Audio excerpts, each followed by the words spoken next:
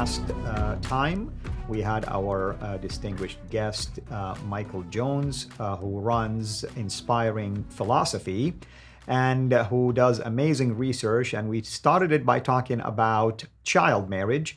And he brought up a number of research that he has been doing in regards to child marriage in Islamic context versus what Christianity teaches. And I told him that maybe today we can begin to focus our discussions more and zoom in on areas like physical harm of child marriage. So, Michael, I'd like to welcome you back to this show. And it's really exciting to have you, brother. And thank you so much for the amazing research that you do.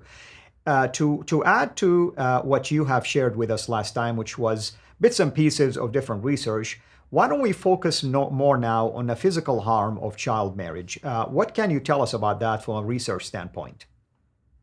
Yeah, well, we need to talk about what would qualify as a child. So anyone, the United Nations says anyone under 18 is defined as a child.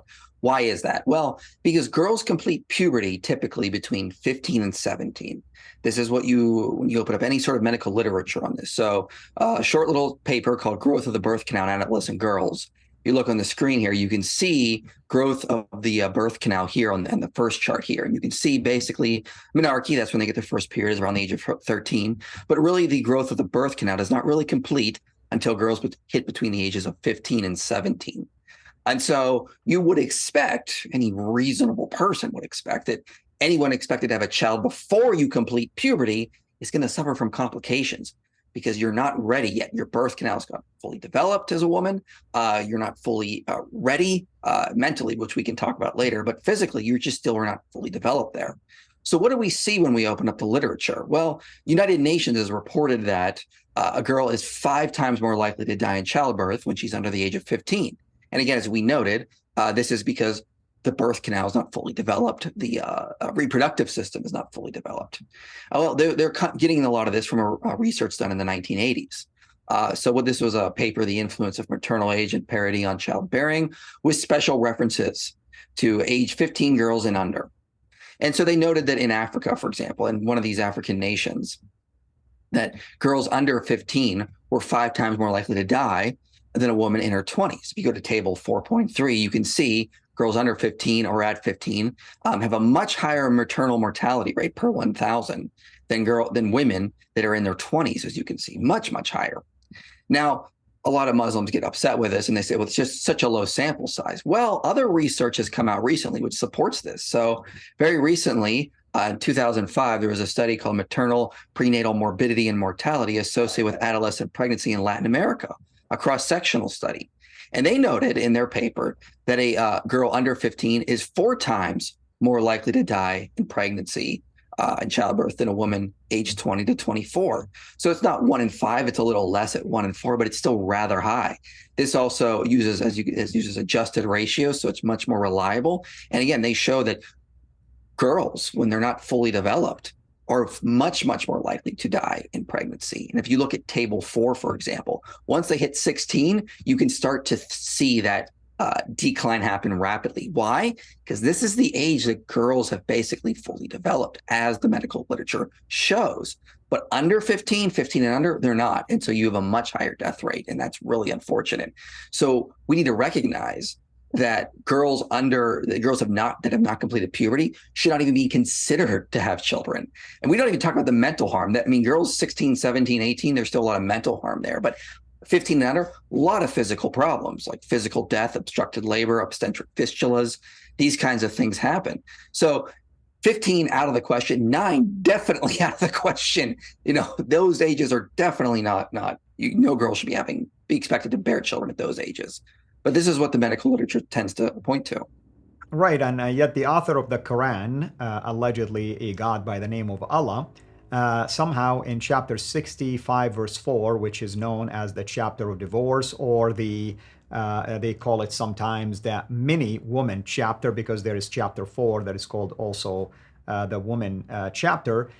In there, the child marriage is promoted. It's clearly stating about a woman who has yet to have its menstruate, basically hasn't basically had her period, I should say, the monthly, and at the same time. Islam somehow had no problem with this, yet a lot of Muslims sadly jump into trying to defend the fact that the language in the Quran does not really promote child marriage, but yet Muhammad set an example for that, as you stated clearly earlier, that somehow just because Muhammad did it, it's okay to do. And whatever Muhammad actually does is used as an example by the admission of the Quran. So is there anything else about the physical harm you want to add, or do you want to jump into the mental harm? No, let's keep talking about the physical harm for this episode because there's more. There's a lot more. Yes, please. So there was a study published called Risk Factors for Obstetric Fistulas, a clinical review. Now, an obstetric fistula is where a hole develops in the birth canal, and it can lead to all sorts of problems, leakage of urine, feces, blood, nerve damage, which can cause the inability to walk, the decreased likelihood of conceiving of a second healthy child, as well as can cause the death of the girl through something like maternal sepsis. Sepsis is where you get basically an infection that can develop in the birth canal during childbearing years. An obstetric fistula can really just make that worse.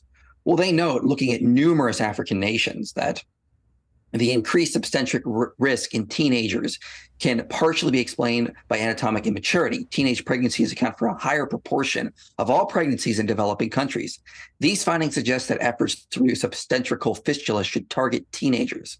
So they note basically in this paper that girls, teenagers basically, are much higher risk for developing an obstetric fistula, especially in developing countries. Why? Because again, the birth canal has not been developed yet. And so you can develop these holes.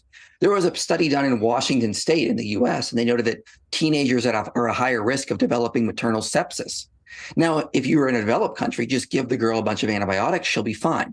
But if you're a teenager in Mali or Togo, Nigeria, Afghanistan, and you develop an obstetric fistula, you're also at a much higher risk of developing maternal sepsis. Combined with those, you're going to increase the girl's likelihood of dying in pregnancy, because if you got a hole developed in your birth canal and you're already at a higher risk for developing an infection from pregnancy, that's just a recipe for disaster. So we see these types of things in the literature where girls are just far more likely to suffer from all these pregnancy complications over women in their 20s.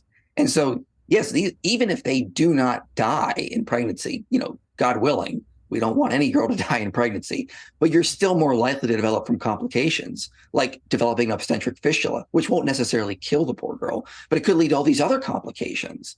And that needs to be addressed as well. That needs to be noted as well, that, hey, if they still live, there's still a likelihood there's going to be a problem. That is true. And I just want to tell people, myself and my guest here, we're not attacking cultures. We're not attacking race. We're being reasonable here by sharing research from science. And one would expect the God of the Quran should know better when it comes to things like this, should enlighten actually cultures and society about those kind of areas. Yet, the author of the Quran actually endorses things that research so far have proven to bring about the damage that results from this. So just wanted to make sure that people understand that. So carry on, brother. What else you want to add in the next maybe 2 minutes or so?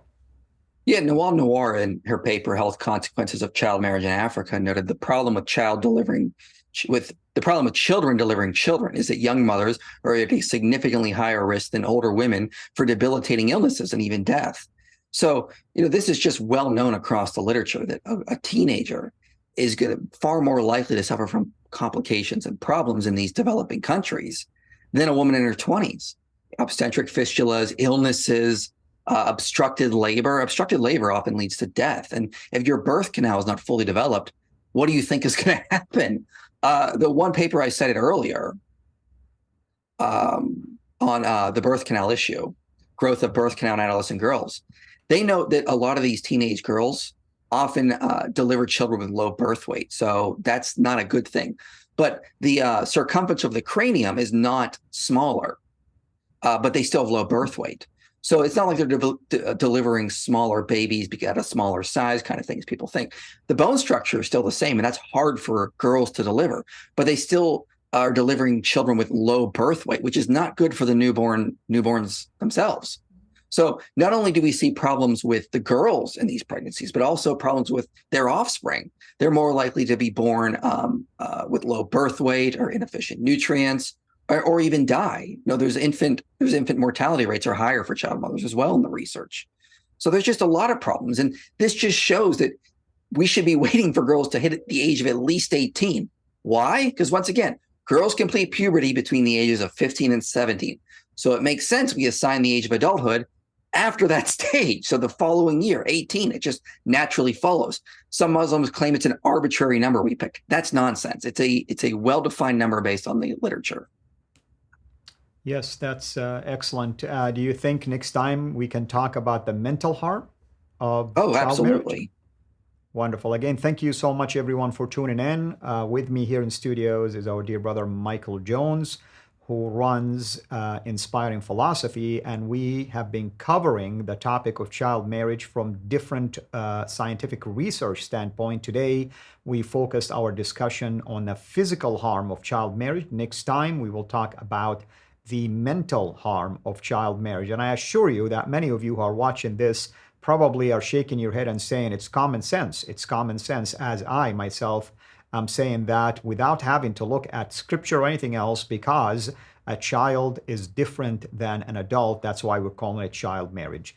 Well, Michael, thank you so much again, as always. And I want to encourage people to please go to check his channel, Inspiring Philosophy, and also subscribe to his channel so you can receive his publications through that.